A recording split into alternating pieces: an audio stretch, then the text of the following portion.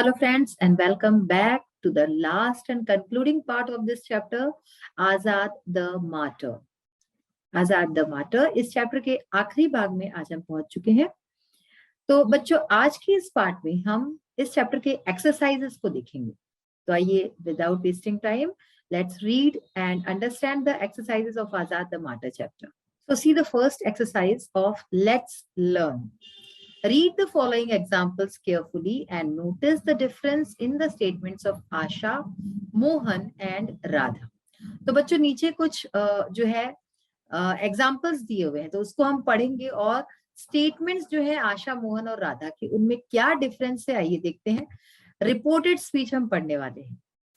First speaker, questioner, reporter. तो first speaker यानी कि जो खुद बोल रहा है आशा, क्वेश्चनर कौन है? मोहन है जो कि सवाल पूछ रहा है, और रिपोर्टर है राधा यानी कि रिपोर्टर जो बता रही है मोहन को। तो देखिए आशा कहती है I don't want to play today. Mohan पूछता है व्हाट डिड शी से, उसने क्या कहा? तो राधा रिपोर्ट कर रही है, राधा मोहन को बता रही है कि आशा ने क्या कहा। तो राधा ने कहा she said that she didn't want to play that day. ठीक है, तो यहाँ पे I don't want to play today, तो इसका क्या बोला हुआ? She said. शी क्यों है? क्योंकि आशा एक गर्ल है। She said that she didn't want to play that day। इसी तरह से देखिए सेकंड इसमें एग्जांपल में I would like to see an aeroplane। What did she say? उसने क्या कहा? She said that she would like to see an aeroplane। तो चेंजेस कहाँ कहाँ आ रहे हैं? जहां I था वहां she आ गया है ना, और I would like तो she would like to see an aeroplane, बाकी तो वैसे ही है। और नेक्स्ट है I am buying this pair of jeans। What did she say? उसने क्या कहा? She said that she was buying। Okay तो यहाँ पे देखते हैं आई एम बाइंग, तो शी वॉज बाइंग यानी कि पास्ट टेंस में चला गया sentence. That pair of jeans, तो दिस पेयर का that pair of jeans as reported.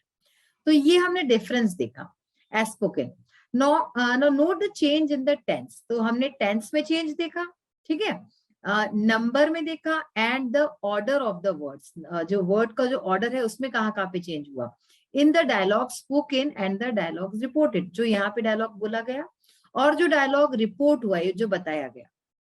In direct speech we repeat the speaker's exact words. तो जब डायरेक्ट स्पीच की हम बात करते हैं तो जो स्पीकर ने वर्ड बोले हैं एग्जैक्ट वर्ड्स, जैसे कि यहाँ पे I am buying this pair of jeans, तो उसका यूज करते हैं as in the statements made by Asha.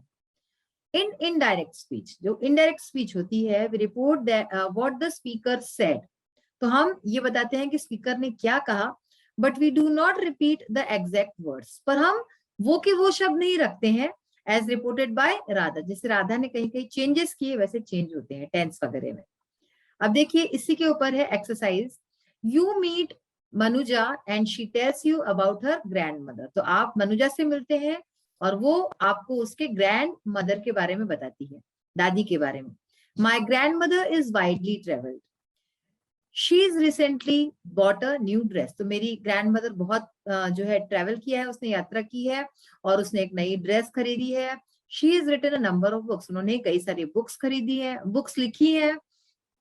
She is very interesting company. उनकी कंपनी बहुत ही इंटरेस्टिंग है, यानी उनके साथ रहना बहुत मजेदार है। She is recently broken her left foot. और उन्होंने हाल ही में अपना जो लेफ्ट वाला बायां पैर है वो उनका टूट गया है। Now tell your friend Anil. अब आप जो है आपको अनिल को बताना है व्हाट मंजुला टोल्ड यू। आपको मनुजा ने क्या बताया। She told that her grand mother was widely travelled. तो उसने कहा कि उसकी ग्रैंड मदर जो है बहुत घूमी हुई है। तो इसी तरह से ये और सेंटेंसेस हैं, तो ये हम अभी आने वाले अपने जो पीपीटीज है उसमें देखेंगे। अब हमारी नेक्स्ट एक्सरसाइज आती है लेट्स टॉक।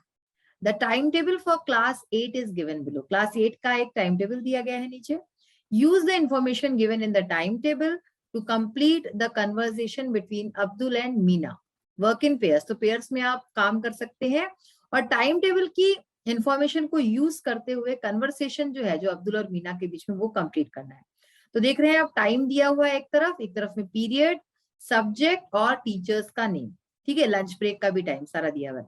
तो इसी पे बेस्ड हमारा जो है कन्वर्सेशन है। अब्दुल कहता है hello Meena, when did you come back. तुम कब आई वापस। I had a lovely time. It was a long journey to Kolkata. Meena says, hello Abdul. Glad to see you. तुम्हें देख के खुशी हुई. I came back yesterday. मैं कल ही आई. My journey was enjoyable. मेरी जर्नी बहुत ही सुखद थी. I was in Delhi for 2 weeks. मैं दिल्ली में 2 हफ्तों के लिए थी. Now you have to study again according to your timetable. तो तुम्हें अब फिर से अपने टाइम टेबल के हिसाब से पढ़ना पड़ेगा. Have you seen it? क्या तुमने उसे देखा? Yes. Have you seen it? तो मीना कहती हाँ. क्या तुमने देखा? No. That's why I want to know something about it. तो अब्दुल कहता है कि नहीं, मैंने नहीं देखा, इसलिए मैं उसके बारे में कुछ जानना चाहता हूँ. अब्दुल कहता है who teaches us EVS? तो हमें EVS कौन पढ़ाता है? अब देखिए यहाँ पे EVS जहाँ लिखा है सब्जेक्ट, तो ये सब्जेक्ट टीचर है आर खान. तो इस हिसाब से देखिए टीचर्स अस EVS ये लिखा हुआ है, तो यहाँ पे आंसर आएगा मिस्टर आर खान. ठीक है ना, जो ब्लैंक स्पेस है वहां पे आएगा mister R Khan teachers us EVS. Abdul पूछता है how long is the lunch break? Lunch break कितना लंबा है? देखिए 120 टू 155 है ना, ये लंच ब्रेक का टाइम है. तो कितना लंबा हुआ? The lunch break is 35 minutes long. ठीक है, 35 मिनट्स का लंच ब्रेक हो गया. When does the science class begin? तो अब जो है आप डायरेक्टली आंसर्स देखिए, है ना, हमने टाइम टेबल के हिसाब से यहाँ पे आंसर्स लिखे हैं. The science class begins at 2:30 PM. In which period do we have sports? Sports हमारा कौन से पीरियड में होगा? तो we have sports in 7th period. 7th period में हमारा स्पोर्ट्स होता है. What does mister Matthew teach? Mister Matthew क्या पढ़ाते हैं? Mister Matthew teaches us maths. Teachers तक लिखा है तो us maths. What is taught in the 5th period? 5वें पीरियड में क्या पढ़ाया जाता है? Sanskrit is taught in the 5th period. अब चूंकि यहाँ पे फुल लाइन एम्प्टी है, तो यहाँ पे फुल लाइन का आंसर होगा Sanskrit is taught in the 5th period. And last question, at what time does the school close? किस समय स्कूल बंद होता है? Our school closes at 3:40 PM. तो ये तो हो गया हमारा रीडिंग के ऊपर बेस्ड एक्सरसाइज. अब जो है हमारी लेट्स रीड, ये तो ये राइट करने का था. अब देखिए, read the following passage carefully. After the assassination of JP Saunders, Sardar Bhagat Singh became a national hero. यानी कि जेपी सॉन्डर्स के असैसिनेशन यानी कि मर्डर के बाद सरदार भगत सिंह एक नेशनल हीरो बन गए. He became a sacred name for millions of youths in India. वो एक बहुत ही पवित्र नाम, एक सेक्रेड नाम हो गए हजारों मिलियंस ऑफ यूथ्स के लिए भारत के. His name echoed in every city, town and village. उनका नाम हर गांव, शहर, मोहल्ले में गूंजता था. The very mention of Sardar Bhagat Singh brought sparkle to the eyes of the young people. उनका सिर्फ नाम सुन के ही लोगों की आंखों में चमक आ जाती थी. He became an inspiration and motivating force for the youth. तो यूथ के लिए, जो हमारी युवा पीढ़ी है, उनके लिए वो एक मिसाल बन चुके थे और एक मोटिवेटिंग फोर्स थे. He gained such popularity that leaders who followed the strict policy of non-violence got irritated. तो उनको इतनी ज्यादा पॉपुलैरिटी मिल गई थी, इतने प्रसिद्ध हो गए थे कि जो लोग स्ट्रिक्टली नॉन वायलेंस को फॉलो करते थे, यानी कि अहिंसा को, वो भी इससे परेशान हो गए. Pandit Jawaharlal Nehru admits in his biography Bhagat Singh became a symbol of freedom. तो पंडित जवाहरलाल नेहरू ने अपनी जो बायोग्राफी यानी कि अपनी जो आत्मकथा है उसमें ये बात मानी कि भगत सिंह एक स्वतंत्रता के चिन्ह बन गए थे, सिंबल बन गए थे. The killing of Saunders was soon forgotten but the symbol remained. Saunders की मृत्यु, सॉन्डर्स का जो किलिंग था वो तो बहुत जल्दी लोग भूल गए, लेकिन उनका जो सिंबल था, चिन्ह था, वो हमेशा के लिए रह गया. In a few months every village and town of the Punjab and most of north India echoed with his name. तो कुछ ही महीनों में पंजाब के हर घर, हर गांव, हर गली मोहल्ले में और पूरे जो ज्यादातर जो भी नॉर्थ इंडिया था, है ना, उत्तरी इलाका था भारत का, उसमें उनका नाम गूंजने लगा. Many songs were written about him. उनके बारे में कई सारे गाने लिखे गए. And thus the popularity he gained was amazing. और इस तरह से जो उनको प्रसिद्धि मिली वो बहुत ही जो है वंदनीय है. तो अब इसके ऊपर जो क्वेश्चंस है दैट वी विल सी. और लास्ट हमारा जो सेगमेंट है लेट्स राइट का, लिखने का. Right a paragraph about Chandrashekhar Azad by putting these sentences in the correct order. तो चंद्रशेखर आजाद पे हमें एक पैराग्राफ लिखना है. ये कुछ सेंटेंसेस है, उनको करेक्ट ऑर्डर में जमा के. As a revolutionary he adopted the surname Azad. एक क्रांतिकारी के रूप में उन्होंने अपना सरनेम आजाद रखा। Chandrasekhar was born in village Bhabra in Jhabua district. He was deeply hurt by the Jallianwala Bagh massacre in Amritsar in 1919. For higher education, he went to Sanskrit Pathshala at Varanasi. A special award will be presented at Bhopal on Balidan Divas. तो आप देख सकते हैं कि सारे sentences जो है वो जम्बल्ड हो गए हैं, तो हमें इनको करेक्टली लगा के एक पैराग्राफ लिखना है। तो आइए बच्चों देखते हैं ये सारी exercises. So first of all we will start with the exercise of let's learn. We have read some sentences that Manuja told to Anil, है ना?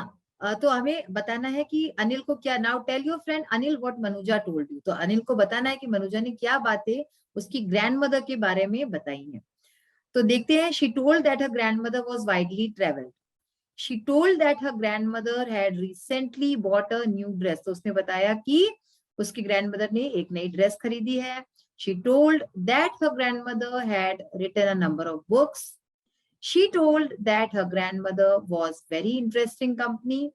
And lastly, she told that her grandmother had recently broken her left. So you can see the difference between the sentences written in the textbook और जो यहाँ पे लिखे हैं, कि वहां पे हमने उसके डायरेक्टली वर्ड्स लिए थे और यहाँ पे किस तरह से टेंस में चेंज हो गया है और कई सारी चीजों में चेंज करके लिखा है।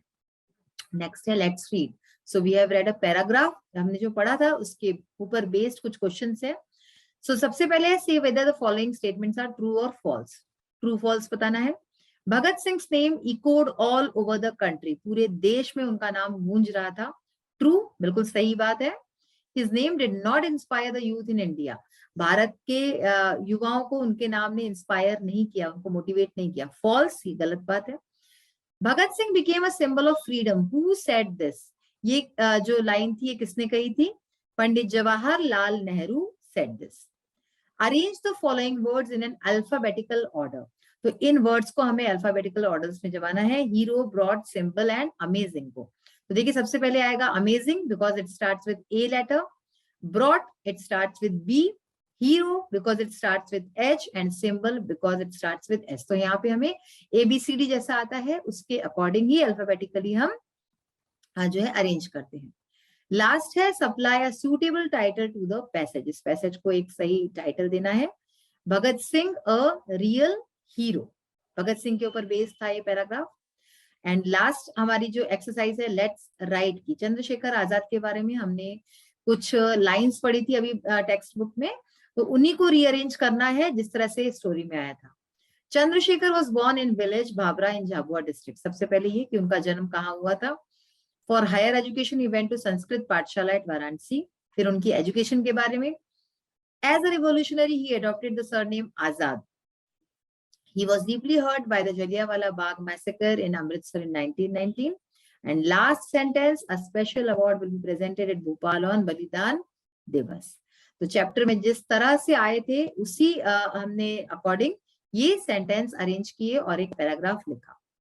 तो बच्चों आज हमारा ये चैप्टर भी फिनिश होता है। अगले सेशन में हम इस टेक्स्ट बुक के लास्ट चैप्टर के साथ मिलेंगे।